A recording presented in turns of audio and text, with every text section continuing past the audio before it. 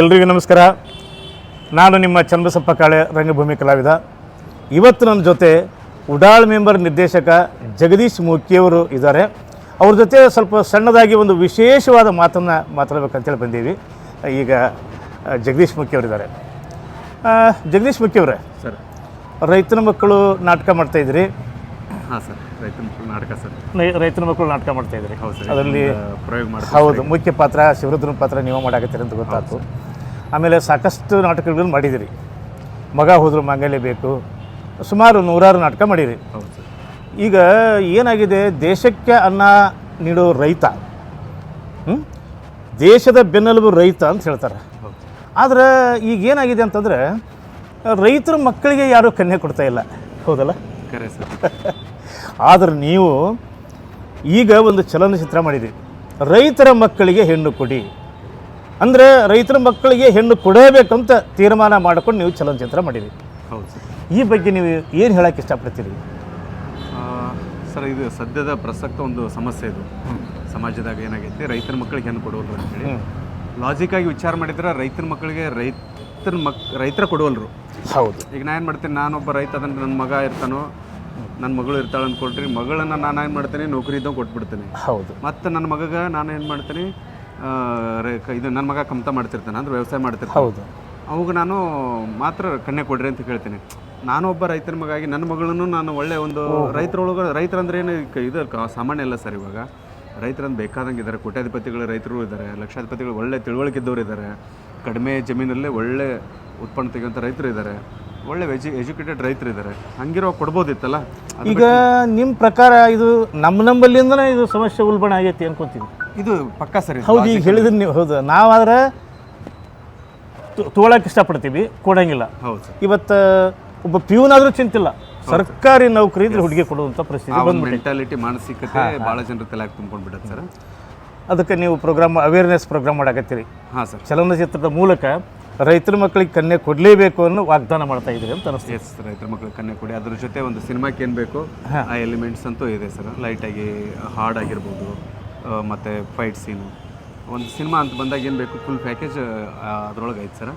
Location ಎಲ್ಲ ಎಲ್ಲಿ ಮಾಡ್ಕೊಂಡ್ರಿ ಸರ್? ಲೊಕೇಶನ್ ಎಲ್ಲ ಭಾಳ ದೂರ ಅಲ್ಲ ಸರ್. ಇಲ್ಲೇ ನಮ್ಮ ಕುಂದಗೋಳ ತಾಲೂಕು, ಇದು ಕುಂಕೂರು, ಗುರುನಳ್ಳಿ, ಮಳಲಿ, ಗುರುನಳ್ಳಿ, ತಡಸ್ ಕ್ರಾಸ್, ಮತ್ತು ಈ ಕಡೆ ನಮ್ಮೂರಾಗಿರ್ಬೋದು ಪರಸಾಪುರ, ಮತ್ತು ನಮ್ಮ ಹುಬ್ಬಳ್ಳಿ ಸಿಟಿಲಿ, ಮತ್ತು ಬೆಳಗಾಮು, ಗೋವಾ, ಮಹಾರಾಷ್ಟ್ರ, ಈ ಜಾಗದಾಗೆಲ್ಲ ಶೂಟಿಂಗ್ ಮಾಡಿದ್ವಿ. ಹೆಚ್ಚು ಕಡಿಮೆ ನಮ್ಮ ಉತ್ತರ ಕರ್ನಾಟಕದ ಸೊಗಡನ್ನು ಬಳಸ್ಕೊಂಡಿದ್ರಿ ಟೋಟಲ್ ಸರ್ ಈ ಕಡೆದು. ಮತ್ತು ನಮ್ಮ ಸಿನಿಮಾ ಹೆಂಗಿರ್ತೈತೆ ಅಂದ್ರೆ ಸರ್, ಈ ಕೆಲವೊಂದು ಸಿನಿಮಾಗಳು ಅಂದಾಗ ಹೊಡಿ ಬಡಿ ಕಡೆ ಆ್ಯಕ್ಷನ್ ಮೂವಿ ಮಸಾಲೆ.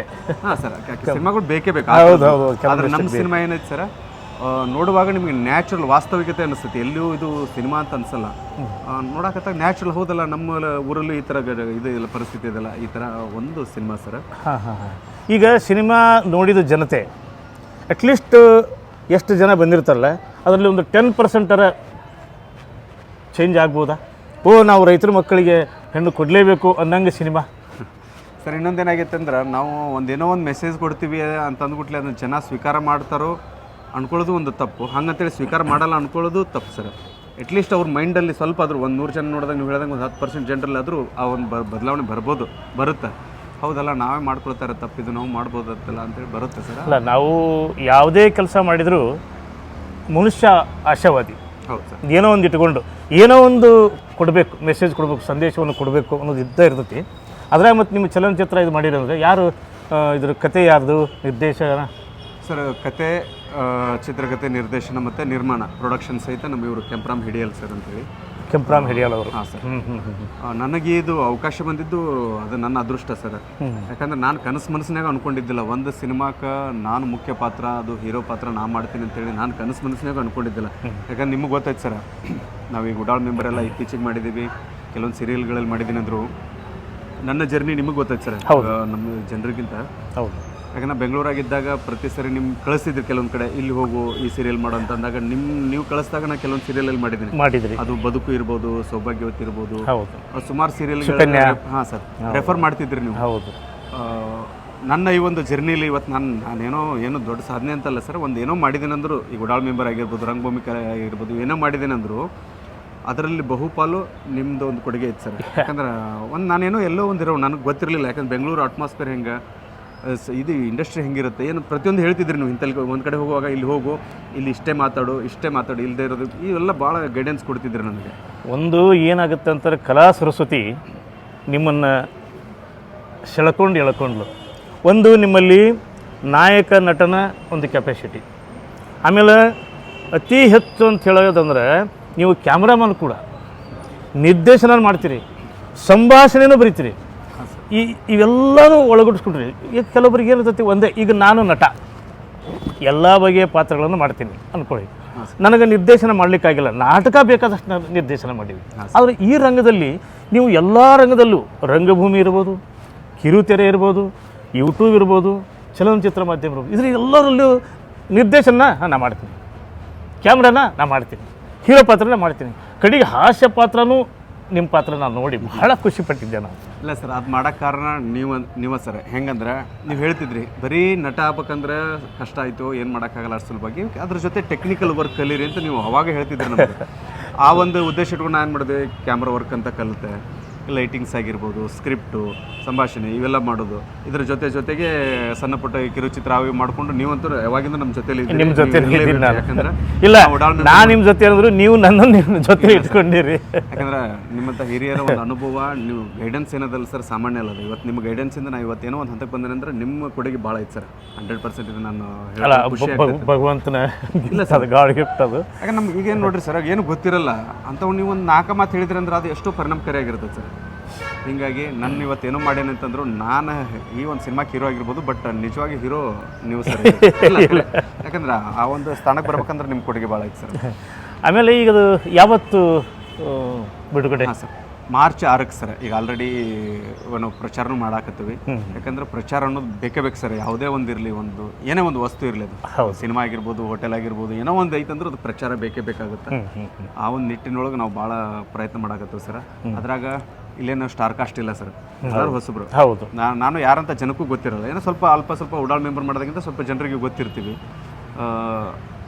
ಅದರಿಂದ ನಾವು ವರ್ಕೌಟ್ ಆಗುತ್ತೆ ಅಂದ್ಕೊಂಡ್ರು ತಪ್ಪು ಇಲ್ಲ. ಈಗಾಗಲೇ ನೀವು ಸುಮಾರು ಚಲನಚಿತ್ರದಲ್ಲಿ ನಾಯಕ ನಟನ ಪಾತ್ರ ಮಾಡಬೇಕಾಗಿತ್ತು, ಅದು ನನಗೆ ಗೊತ್ತಿದೆ. ಆದರೆ ನಿಮ್ಮ ಡೇಟ್ಸು ಅಲ್ಲಿ ಅಡ್ಜಸ್ಟ್ ಆಗಲಾರ್ದನೆ ನೀವು ಇತ್ಲಾಗ ರಂಗಭೂಮಿ ಕಡೆ ಹೆಚ್ಚು ವಾಲಿದ್ರಿ, ಅಲ್ಲಿ ಹೋಗೋಕ್ಕಾಗಲಿಲ್ಲ. ನೀವು ಇವತ್ತು ಬೆಂಗಳೂರಲ್ಲೇ ಇದ್ದಿದ್ರೆ ನಂಬರ್ 1 ಕ್ಯಾಮ್ರಾಮನ್ ಆಗಿರ್ತಿದ್ರಿ ಪಕ್ಕಾ ಸರ್. ಅದಂತೂ ಎರಡು ಮಾತಿಲ್ಲ. ಮತ್ತು ಚಲನಚಿತ್ರದಲ್ಲಿ ಮತ್ತೆ ಏನೇನು ಒಳಗೊಂಡಿದೆ ಸರ್? ಈಗ ಒಂದು ಹಳ್ಳಿ ಭಾಗದಲ್ಲಿ ನಮ್ಮ ಜನ ಏನು ಮಾಡ್ತಾರೆ, ಇಲ್ಲಿ ಹಳ್ಳಿ ಭಾಗದಲ್ಲಿ ಕೆಲಸ ಇಲ್ಲ ಅಂತ ಹೇಳ್ಬಿಟ್ಟು ಸಿಟಿಗೆ ಹೋಗ್ತಾರೆ. ಸಿಟಿಗೆ ಹೋದಾಗ ಅಲ್ಲಿ ಯಾವ ರೀತಿ ಅವ್ರ ಪರಿಸ್ಥಿತಿ ಫೇಸ್ ಮಾಡ್ತಾರೆ ಅದನ್ನು, ಅಂದರೆ ಅವ್ರು ಅಲ್ಲಿ ಮಾಡೋ ಕೆಲಸನೇ ಬೇರೆ ಸಿಟಿ ಒಳಗಡೆ, ಇಲ್ಲಿ ಹಳ್ಳ್ಯಾಗ ಬಂದು ಹೇಳೋ ಕೆಲಸನೇ ಬೇರೆ. ಇವಾಗ ನನ್ನ ತಗೋರಿ, ನಾನು ಬೆಂಗಳೂರಾಗಿದ್ದಾಗ ಸರ್, ನಾನು ಆ್ಯಕ್ಚುಲಿ ಲಾಡ್ಸಲ್ಲಿ ಕೆಲಸ ಮಾಡ್ತಿದ್ದೆ. ನಾನು ಒಬ್ಬ ಡಿಗ್ರಿ ಆದರೂ ಲಾಡ್ಸಲ್ಲಿ ಕೆಲಸ ಮಾಡ್ತಿದ್ದೆ. ಆದರೆ ಊರಲ್ಲಿ ಬಂದಾಗ ಬೇರೆ ಹೇಳ್ತಿದ್ದೆ. ನಾನು ಯಾಕೆ ಲಾಡ್ಸಲ್ಲಿ ಕೆಲಸ ಮಾಡ್ತಿದ್ದೆ ಅಂದ್ರೆ, ನನಗೆ ನೈಟ್ ಶಿಫ್ಟ್ ಅಂತ ಸಿಗ್ತಿತ್ತು ಸರ್. ಅಲ್ಲಿ ನೈಟ್ ಶಿಫ್ಟ್ ಮಾಡಿಕೊಂಡು ಡೇ ಟೈಮ್ ನಾನು ಸಲುವಾಗಿ, ಹಾಂ ಸರ್, ಶೂಟಿಂಗ್ ಸಲುವಾಗಿ ನಾನು ಅದನ್ನೇ ಹೆಲ್ಪ್ ಮಾಡ್ಕೊಂಡು. ಬೇರೆ ಕೆಲಸ ಆದರೆ ನೈಟ್ ಶಿಫ್ಟ್ ಇರಲ್ಲ, ಕಾಲ್ ಸೆಂಟರ್ ಇರ್ತವೆ. ಕಾಲ್ ಸೆಂಟರಲ್ಲಿ ಇರ್ಬೇಕಂದ್ರೆ ಅಲ್ಲಿಂದ ಬಿಟ್ಟು ಅದು ಮಾಡೋಕ್ಕಾಗೋದಿಲ್ಲ ನಮಗೆ. ಯಾಕಂದರೆ ಆ ಒಂದು ಇದು ನಮಗಿರಲಿಲ್ಲ. ಎಜುಕೇಷನ್ ನಮ್ದು ಜಸ್ಟ್ ಬಿಕಾಮ್ ಆಗಿತ್ತು. ಆ ಒಂದು ಬೇಸ್ ಮೇಲೆ ಎಜುಕೇಷನ್ ಆ್ಯಕ್ಚುಲಿ ಸರ್ ಡಿಗ್ರಿ ಮಾಡಿದ್ದು ಒಂದು ಡಿಗ್ರಿ ಇರಲಿ ಅನ್ನೋ ಸಲುವಾಗಿ ಮಾಡಿದ್ದು ಅಷ್ಟೇ. ಬಿಟ್ಟರೆ ನಾನು ಯಾವ ಜಾಬ್ ಮಾಡಬೇಕು, ಗೌರ್ಮೆಂಟ್ ಜಾಬ್ ಆಗಿರ್ಬೋದು, ಈ ಥರ ನನ್ನ ಮೆಂಟಾಲಿಟಿ ಇರಲಿಲ್ಲ. ಮಾಡಿದರೆ ಏನೋ ಒಂದು ಕಲಾವಿದ ಆಗಬೇಕು, ಒಳ್ಳೆ ನಟ ಆಗ್ಬೇಕು ಅನ್ನೋದು ಒಂದು ಉದ್ದೇಶ ಇತ್ತು ಸರ್. ಅದು ಇವತ್ತೇನೋ ಒಂದು ತಕ್ಕ ಮಟ್ಟಿಗೆ. ಆಮೇಲೆ ನಟನಾಗಿ ಉಳಿಬೇಕು, ಕಲೆಯಲ್ಲಿ ಮುಂದುವರಿಬೇಕಂದ್ರೆ ಹಿನ್ನೆಲೆ ಮನೆಯಲ್ಲಿ ತಂದೆ ತಾಯಿ, ಅಣ್ಣ ತಮ್ಮರು ಮತ್ತು ಶ್ರೀಮತಿಯವ್ರದ್ದು ಬಹಳ ಸಪೋರ್ಟ್ ಇರ್ತದೆ ಅಂದ್ಕೊಳ್ತೀವಿ. ಹಾಂ ಸರ್, ನನ್ನ ಪ್ರತಿ ಹೆಜ್ಜೆಗೂ ಮನೆಯವ್ರ ಸಪೋರ್ಟ್ ಐತೆ ಸರ್. ಮನೆಯವ್ರ ಸಪೋರ್ಟ್ ಯಾವಾಗಿರ್ತೈತೆ ಅಂದ್ರೆ, ನನಗೊಬ್ಬಂಗ ಅಂತಲ್ಲ ಸರ್, ಪ್ರತಿಯೊಬ್ಬರಿಗೂ ಮನೆಯವ್ರ ಸಪೋರ್ಟ್ ಯಾವಾಗಿರ್ತೈತೆ ಅಂದ್ರೆ, ನಾವು ಮಾಡೋ ಕೆಲಸ ನೀಟಾಗಿದೆ, ಅದರಿಂದ ಏನೋ ಒಂದು ಬೆನಿಫಿಟ್ಟು ಸಿಗ್ತಾ ಇದೆ ಅಂದಾಗ ಮನೆಯವ್ರ ಸಪೋರ್ಟ್ ಇದ್ದೇ ಇರ್ತೈತೆ. ಆದರೆ ನಾವು ಸಿನಿಮಾ ಸೀರಿಯಲ್ ಅಂತ ಹೇಳಿಬಿಟ್ಟು ಮನೆಗೆ 1 ರೂಪಾಯಿನೂ ಕೊಡಲಾರ್ದಂಗೆ, ಮನೆ ಕಡೆ ಯಾವುದೇ ಮನೆಯಾಗ ಏನೋ ಸಮಸ್ಯೆ ಆಗೈತೆ ಅಂದ್ರೆ ಅಲ್ಲಿ ನಿಂತ್ಕೊಳ್ಳಾರ್ದಂಗೆ ಇದ್ದಾಗ ಸಹಜ ಅದು ಸಪೋರ್ಟ್ ಕೊಡಲ್ಲ ಯಾರು. ಹೀಗಾಗಿ ಫಸ್ಟ್ ನಾವು ಯಾರೇ ಆಗಲಿ ಮನೆಯವರ ಒಂದು ನಂಬಿಕೆ ಉಳಿಸ್ಕೋಬೇಕು. ಹಿಂಗಿದ್ದಾಗ ಮನೆಯವ್ರ ಸಪೋರ್ಟ್ ಸಿಗ್ತೈತೆ. ಈ ವಿಷಯದಾಗ ನಮ್ಮ ಅಣ್ಣ ಆಗಿರ್ಬೋದು, ತಮ್ಮ ಟೋಟಲ್ ಫ್ಯಾಮಿಲಿ ಸಪೋರ್ಟ್ ಐತೆ ಸರ್. ತಾಯಿಯವರು ಅವರಂತೂ ಬಹಳಷ್ಟು, ಅವ್ರು ಭಾಳ ಖುಷಿ ಪಟ್ಟರು. ಯಾಕಂದ್ರೆ ಅವರು ಮೊದಲಿಂದ ನೋಡ್ಕೊಂಡು ಬಂದಿದ್ರು. ಇವತ್ತು ನನ್ನ ಮಗ ಹೀರೋ ಆಗಿನ ಸಹಜವಾಗಿ ಎಲ್ಲರೂ ತಾಯಿಯಂದ್ರಿಗೆ ಹಂಗೆ ಖುಷಿ ಐತೆ ಸರ್. ಮತ್ತು ಫ್ಯಾಮಿಲಿ ಬ್ಯಾಕ್ಗ್ರೌಂಡ್ ಅಂತ ಬಂದ್ರೆ, ನಮ್ಮ ಫ್ಯಾಮಿಲಿ ಬ್ಯಾಕ್ಗ್ರೌಂಡಲ್ಲಿ ಏನು ಸಿನಿಮಾ ರಂಗದವ್ರು ಯಾರೂ ಇಲ್ಲ ಸರ್. ನಮ್ಮಪ್ಪ ಸ್ವಲ್ಪ ಅವ್ರಿಗೆ ಕಲೆ ಬಗ್ಗೆ ಆಸಕ್ತಿ, ನಾಟಕ ಗಿಟಕ ಮಾಡ್ತಿದ್ರು. ನಾನು 8ನೇ ಕ್ಲಾಸ್ ಇದ್ದಾಗ ತೀರ್ಕೊಂಡ್ರು. ಬಟ್ ಅಷ್ಟರೊಳಗಡೆ ಅವ್ರು ನನ್ನ 1-2-3 ಕಡೆ ಪ್ರೆಸೆಂಟ್ ಮಾಡಿದ್ರು ಕಲಾವಿದಾಗಿ. ಸೊ ಅದ ಒಂದು ಹುಚ್ಚು ನನಗೆ. ಮಾಡಿಕೊಂಡು ರಂಗಭೂಮಿ ಅದಿದ್ದು ಮಾಡಿ. ಆಮೇಲೆ ನಾನು ಇವತ್ತು ಹೇಳ್ತೀನಿ ನಿಮಗೆ, ನಿಮ್ಮಲ್ಲಿ ನಾವು ಒಂದು ದೊಡ್ಡ ಗುಣ ಕಂಡೀನಿ. ಏನಪ್ಪ ಅಂತಂದ್ರೆ, ಮಹಿಳಾ ಕಲಾವಿದರು ನಿಮ್ಮಲ್ಲಿ ಆ್ಯಕ್ಟ್ ಮಾಡೋಕೆ ಬಂದಿರ್ತಾರೆ. ಹೌದು. ಅವ್ರನ್ನ ನೀವು ನಡೆಸ್ಕೊಳ್ಳೋ ರೀತಿ, ಅವ್ರನ್ನ ಬಳಸ್ಕೊಳ್ಳೋ ರೀತಿ, ಕಲೆಗಾಗಿ ಅವ್ರನ್ನ ಏನು ತಯಾರು ಮಾಡಬೇಕು ಮಾಡಿ, ಆಮೇಲೆ ಎಷ್ಟರ ಅವತ್ತೇನಾರ ನೈಟ್ ಎಫೆಕ್ಟ್ ಇತ್ತು, ರಾತ್ರಿ ಆಯಿತು ಅಂತ ತಿಳ್ಕೊರಿ, ಎಷ್ಟೊತ್ತನ ಆಗಲಿ ಯಾವ್ಯಾರ ಇರಲಿ, ಅದು ಎಷ್ಟು ಕಿಲೋಮೀಟ್ರ್ ದೂರನೇ ಇರಲಿ, ಕಾರ್ ತೊಗೊಂಡು ಹೋಗಿ ಅವ್ರ ಮನೆಗೆ ಅವ್ರನ್ನ ಬಿಟ್ಟು ಬರ್ತಿರಲ್ಲ, ಅದಂತೂ ನಿಜವಾಗಲೂ ಬಂಗಾರದಂಥ ಗುಣ ಅಂತ ಹೇಳ್ತೀನಿ. ಇಲ್ಲ, ಅದು ಮಾಡಲೇಬೇಕು ಸರ್. ನಾನು ಭಾಳ ಕಂಡೀನಿ, ಅದನ್ನು ಭಾಳಷ್ಟು ಸಲ ಕೇಳ್ಪಟ್ಟೀನಿ ಮತ್ತು ಕಂಡೀನಿ ನಾನು. ಇಲ್ಲ ಸರ್, ಅದು ಮಾಡಲೇಬೇಕು. ಯಾಕಂತಂದ್ರೆ ಆ ಕಲಾವಿದರು ನಮ್ಮ ಕಾನ್ಸೆಪ್ಟಿಗೆ ಅಂತ ಬಂದಿರ್ತಾರೆ. ಹೌದು. ಸುಮ್ಮನೆ ಅವ್ರ ಕೆಲಸ ಆಯಿತು ಆಮೇಲೆ ಹೆಂಗಾರು ಹೋಗ್ರಿ ಅಂತ ಬಿಡಬಾರ್ದು ಸರ್. ಅವ್ರು ಎಲ್ಲಿಂದ ಬಂದಿದ್ದಾರೆ ಅವ್ರು ನೀಟಾಗಿ ಬಿಟ್ಟು ಮತ್ತೆ ಅವ್ರು ಕರೆದ್ರಾಗ ಖುಷಿಯಿಂದ ಬರಬೇಕು ಅವರು ಇವ್ರು ನಮ್ಮ ಟೀಮಲ್ಲಿ. ಹೀಗಾಗಿ ನಾನು ಆಲ್ಮೋಸ್ಟ್ ನಮ್ಮ ಟೀಮಲ್ಲಿ ಎಲ್ರಿಗೂ ಹೇಳ್ಬಿಟ್ಟಿರ್ತೀನಿ, ಮಹಿಳಾ ಕಲಾವಿದರ ಜೊತೆ ಅಸಭ್ಯವಾಗಿ ವರ್ತಿಸೋದಾಗಲಿ ಇದೆಲ್ಲ ರಿಸ್ಟ್ರಿಕ್ಷನ್ಸ್. ಯಾರು ಇದ್ದರೆ ಅವ್ರು ಇಮಿಡಿಯೇಟ್ ಟೀಮಿಂದ ಹೊರಗೆ. ಹೌದು ಹೌದು. ಆಮೇಲೆ ಮನೇನೂ ಹಂಗೆ ನಿಮ್ಮದು.